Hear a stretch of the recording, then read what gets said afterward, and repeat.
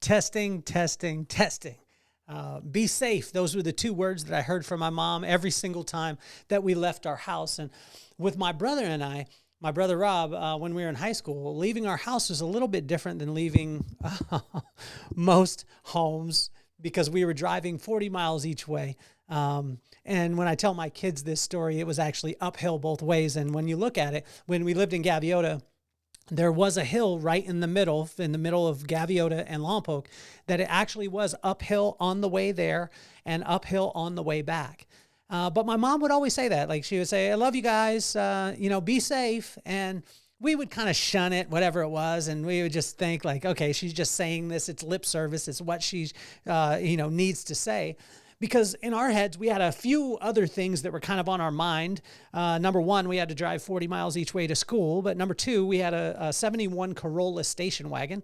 It was a two-door coupe. And I still to this day don't know why Toyota would make a station wagon that's a compact station wagon that has only two doors.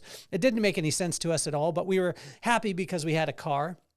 And the other thing is the transmission would slip. So when you would push on the gas, if you pushed on it too hard, it would slide into neutral and the car wouldn't move. So because we lived on the side of the freeway on the 101, which was absolutely beautiful when we go back now, we didn't really appreciate it at the time, but we would get on the freeway and there was no real entry lane. So we would have to drive on the shoulder for 3/4 to a mile to a mile to get up to 50 miles an hour so we could merge into traffic. And then when we get to that hill that I told you about, our transmission would slip and you couldn't push the gas too hard to be able to get the power to go up it. So you just have to kind of ease it in. And there was times where we were going, 15 miles an hour, 17 miles an hour. And we would joke that, hey, I'd say to my brother, hey, Rob, why don't I just jump out of the car and run next to it? That would be so funny.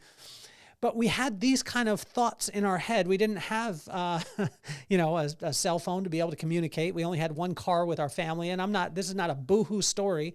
But when my mom said, be safe, it kind of went in one ear and out the other because we had all these other things that we were dealing with. And it was amazing because in Proverbs 6, it went through and it talked about, and a lot of the lessons that I learned from my mom and my pops, I didn't actually realize the meaning of what they were saying until they were actually at home with Jesus. And now I understand. And in Proverbs 6, it kind of takes us through as if God was speaking to us and saying, I'm going to tell you to be safe, but I'm also going to give you the blueprint or the formula on how to be safe in your life. And that was incredible for me to be able to sit down and not only reminisce about my mom and about the things that, we went through as kids that forged us, but also as I was looking through this proverb, the corresponding proverb for the corresponding day, I was realizing that God gave us a formula on how to actually be safe, not just to hear the words. So why don't we get this party started?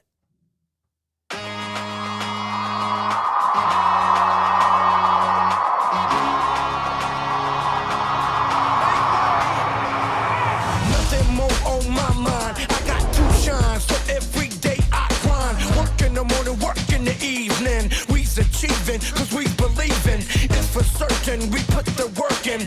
We ain't stopped just because it's hurting. Right before your eyes, so it's coming to no surprise. The takeover is televised. Over and over and over again. Make no mistake, we continue to win. Defeat never known, cause I will not lose. They wanna mimic my moves, but can't walk in my shoes.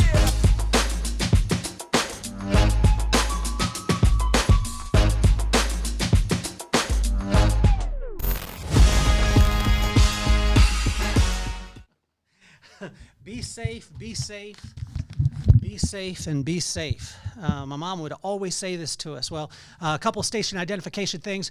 We've got a great announcement for you today. November 9th is the Vibe Room. It is coming to Salt Lake City at the Edison House. It's going to be incredible. We got Janae Thompson, Keith Hale, and Mr. Baron Baptiste.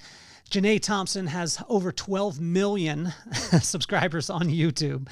This woman is an absolute incredible human and has a story that is not only going to bring you to tears, but is going to make you laugh the whole entire time. Phenomenal entrepreneur and just a real person. We've also got Baron Baptiste, and Baron Baptiste is the man behind bringing yoga into the forefront in this country. And honestly, like when you hear his story, it's unreal what he's been able to do. Not only that, but had a couple things that he competed with Michael Jordan. I'll tell you about that at the Vibe Room. You get to meet him.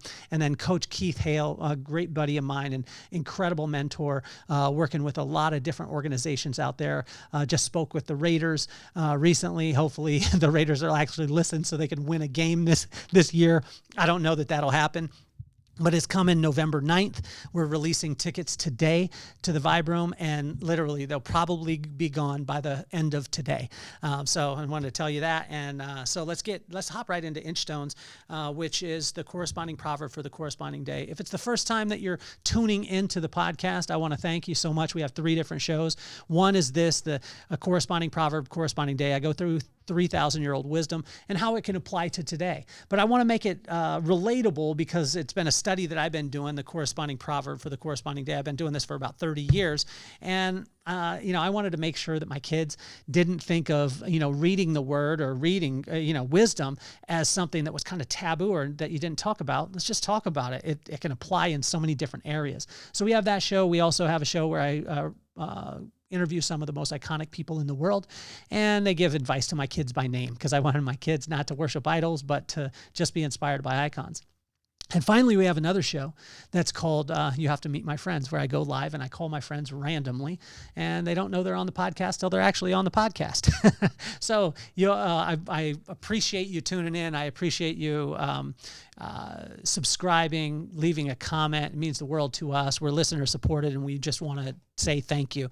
If you haven't got the book, jump on Amazon, The Vibe. It's about 117 pages, but this doesn't come from theory. It's what I wrote based off of the multi-million-dollar business that we created throughout the country, and we did it by building people and then allowing the people to build the business. It's called The Vibe. It's on Amazon. You'll check the link. And then lastly, this was probably the greatest mistake that we ever made. I partnered up with Vanderlei Silva, one of the greatest UFC fighters in the world, and we made a body wash. Well, when we made the body wash, they sent us the first shipment. In the shipment, they said, "Hey, why don't you try out this product?" And the Vanderlei body wash that I thought was going to be amazing didn't sell at all. But this Bling Shine Serum became the #1 seller in our whole entire company and the history of our company. And it adds moisture, strength, and shine. It has no weight, it has no color, but it smells like vacation. And every woman needs a little bit of bling in your life. There's a link in the comments there too. So now I already said, let's hop into Inchstones, but I didn't hop right into it. So in verse 1-5 in Proverbs 6, we're talking about being safe. And I had heard these words all the time from my mom, be safe, but then I didn't really know how to actually apply it. My friend Sean Finnegan has said it over and over again to me. It's generally the start that stops us. We don't know where to start. If we start as an entrepreneur, we don't know where to start. So we kind of think about it too much and then we don't start. Well, when my mom would say, be safe, I didn't know where to start. I mean, yeah, okay, Mom, that's what you're supposed to say. But in Proverbs 6, it broke it down. And I believe that this is what my mom was telling us. But she was not only telling us, but she showed us throughout her entire life. And so in verse 1-5, it talks about staying out of debt personally, professionally, spiritually, and financially. The reason why this is so important that you stay out of debt is because what I found, and if you've ever been in debt before, we all have, or maybe you're a perfect person and I'm not, but anytime that I'm in debt, I feel stress. I feel a weight on top of me. I feel like my pops used to call it a monkey on my back.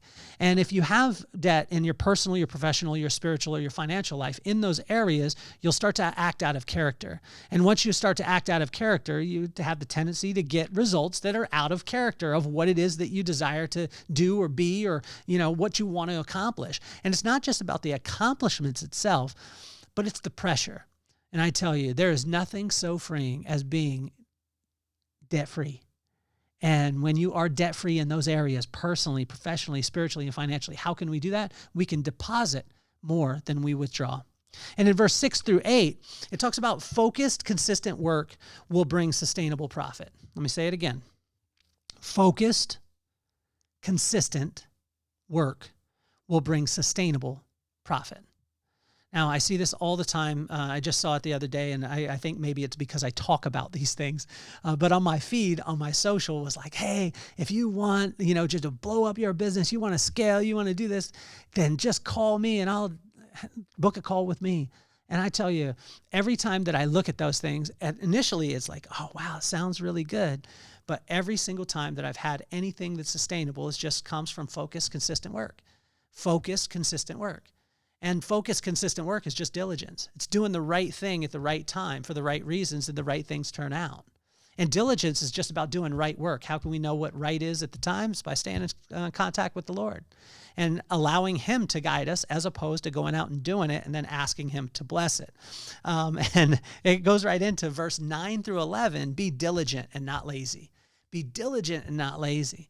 Do right work. My buddy Ben Glass, one of the top personal injury attorneys in the country, this guy is unreal. And he talked about it the other day. He said, I have not taken one call that wasn't on my schedule or on my calendar. And he said it was in 15 or 20 years. And it's amazing because what he did is he said, I want to do right work. What is right work, right? It is what I need to be doing as opposed to all the things that I get distracted by. And how amazing is that? I was talking with my friend Tim Semmelroth, who's the only board-certified truck attorney in the state of Iowa. If you have anything in Iowa, you got a guy now, Tim Semmelroth. And when I talked to him, he said that he listened to Ben Glass. He listened to that counsel, and he started to say, if it can be on my to-do list, this is what Ben Glass said to him, if it can be on my to-do list, it should be on my calendar. And so imagine that, be diligent and do right work and don't be lazy. Now, laziness is not taking a break because you need time with your family, things like that. It's just do the right work when you need to do it and then focus on other things when you need to do that. And so it talks about that and how can we be safe? Well, number one, we stay out of debt. Number two, we stay focused, consistent work will bring a sustainable profit, and that'll keep us safe. Be diligent, not lazy. That'll keep us safe. In verse 12 through 15, stay away from troublemakers and don't be one yourself. And then it just said, stay away from troublemakers and don't be one yourself. You know when you're causing trouble. You know when you're speaking about somebody and it's not in the most positive light. You know when you're doing work that isn't right work. And if you take time to pause, be silent a little bit and allow God to work, it's amazing what can happen. In verse 17 through 19, eyes, tongue, hands, heart, feet, stories, your contribution. Check all of these and ask if they're in line with your character. Are your eyes in line with your character? Is your tongue in line with your character? Are your hands, the actions that you're doing, in line with your character? Is your heart? Is your feet, your steps every single day? Are your stories that you tell? And are your contributions in line with your character? In verse 17 through 19, it hits this really, really hard. And if we want to stay safe, our eyes, our tongue, our hands, our heart, our feet, our stories, and our contribution will be in line with the character that God gave us and designed us to be. And that will keep us safe. In verse 20 through 23 it just asks the question, are you honoring those who have come before you? Do you seek, listen, and apply wise counsel? Let me ask it again. Are you honoring those who came before you? This is a quick one. Is what I learned is if you want any mentor in the entire world, I got a chance to speak to Nick Horgan the other day. He's an incredible human. He has amazing insights and doing some great things in the hospitality industry. Now, he happens to be partners with two very influential people that I won't mention, but I mean, very, very influential, like sports teams owner influential. Now, for me to have contact or communication with Nick, this is the way that I did it the other day. Now, he's a very busy man, but what I did is I put an unrealistic time frame on it, meaning that I just in a random one. So I said, do you have 2 minutes and 38 seconds for one question? Now, it was very specific. It had a time frame on it, and he messaged back and he said, I would actually give you 12 minutes and 58 seconds. So I called him. We laughed about it a little bit. I asked him the question. He answered, and what I'm going to do is I'm actually going to bring him back his results. Because if you want a mentor in your life, where you want to continue to have wise counsel in your life and for them to pour into you, ask very, very specific questions, put a time frame on it, listen to it, then apply it and bring them back results. And that's what I'm going to do with Nick. And so when I bring him back results, then he'll see that, oh, wow, he valued my time. He valued my my answers, and he applied them. And wow, he gave me results. So let me try another one. And so that's what God is asking in verse 20 through 23 is are you honoring those who came before you, and do you seek, listen, and apply wise counsel? See, wise counsel, if in your heart, will guide you when you walk, watch over you when you sleep, and speak to you when you're awake. Let me say it again. Wise counsel, if in your heart, will guide you when you walk, watch over you when you sleep, and speak to you while you're awake. It makes it pretty simple that way. In verse 24 through 26, when you know the truth and store it up in your heart, you can spot a lie from a mile away. I learned this. I'm a big fan of Catch Me If You Can. And when I studied in there and, studied as far as within the FBI and counterfeit and things like that, the counterfeit people in the FBI and different organizations, they do not ever study the fakes. They just study the real one. Because if you study the real one and know the intricacies of the real ones, you could spot a fake from a mile away. And so when we study truth, we study wisdom, we'll be able to spot a fake or a lie from a mile away. And sometimes we're living in our lives and people have told us things that we believe that, maybe our parents told us something, our uncle told us something, our aunt told us something, or life told us something that is absolutely not truth, but we believe it and then we live it out. And what God is saying is, study my word, understand the truth, store it up, and you'll be able to spot a lie a mile away. And here's the truth. You're perfectly, wonderfully made in the image of God. Anything contrary to that's a lie. From this point forward, only accept truth in your life. And imagine what can happen. My dad summed it up like this. You're the greatest, boy, so act accordingly. And imagine if you acted according to that greatness that you are. In verse 27 through 28, playing with fire never ends well. Self-explanatory. In verse 29 and through 35, as we wrap up, it says, work your land. If you want to be safe, work your land. God has a purpose specifically for you, and he simply wants you to focus on that, and he will bring the increase and the blessing, but he'll bring it from his purpose, his plan, and his timing. And so if we want to be safe, look at this part. Like when my mom would say this, when we would leave the house in Gaviota and we'd drive in that 71 Corolla station wagon with the spray tint that my dad sprayed on the windows thinking he was going to tint the windows. It just looked like honey because it had dripped down and it cracked. What she was saying is stay out of debt personally, professionally, spiritually, financially. Stay focused on consistent work, and that'll bring you sustainable profit. Be diligent, son. Don't be lazy. Stay away from troublemakers and don't be one. Your eyes, tongue, hands, heart, feet, stories, and contributions should all be in line with the character that God has designed you to be. Are you honoring those who came before you? Do you listen? Do you seek? Do you listen? Do you apply wise counsel? And when she was saying, like, if you want to be safe, you'll store up truth and you'll be able to spot a lie from a mile away. And she was saying, be safe, son. Don't play with fire. It won't end well. And finally, if you want to be safe, just work your land. Work the things that God has given to you. Don't chase fantasies. God has a purpose specifically designed for you. You are perfectly, wonderfully made in his image, and he loves you at the highest level. And when you focus on him, he'll bring the blessing. He'll bring the increase, but he'll bring it in his time. The challenge for me is I learned those lessons and I understood them a little bit. When I say too late, it wasn't too late. It was perfect. But I wish I could have sat with my mom and just told her, thank you so much, because just as my mama could see it, God could see the things that are coming ahead. And what he's saying is just be safe. You don't have to have a boring life. You don't have to do things that are not great, but he's saying be safe. And this is how you can be safe. So I want to tell you, Mama, I know you can hear me. I miss you every day. I hear your voice as clear as day all the time. And I thank you so much for all the things that you imparted in me and Rob and Guy and every single person around you. Proverbs 6 really gave us that formula. But Mama, you gave me the formula, and it was just in 2 words: be safe. This is another episode of Inchstones. I appreciate you. Make sure you comment, like, subscribe, do all the stuff. We're listener supported, and I want to tell you how much I appreciate you. Ashley, you know who you are, and I appreciate you at the highest level. You're incredible. I appreciate you. The Vibe Room is coming November 9th. Buy the book, buy bling, do the things that you know you need to do. My name is Kelly Cardenas, and I'm officially off the hot seat. Peace, love, and soul.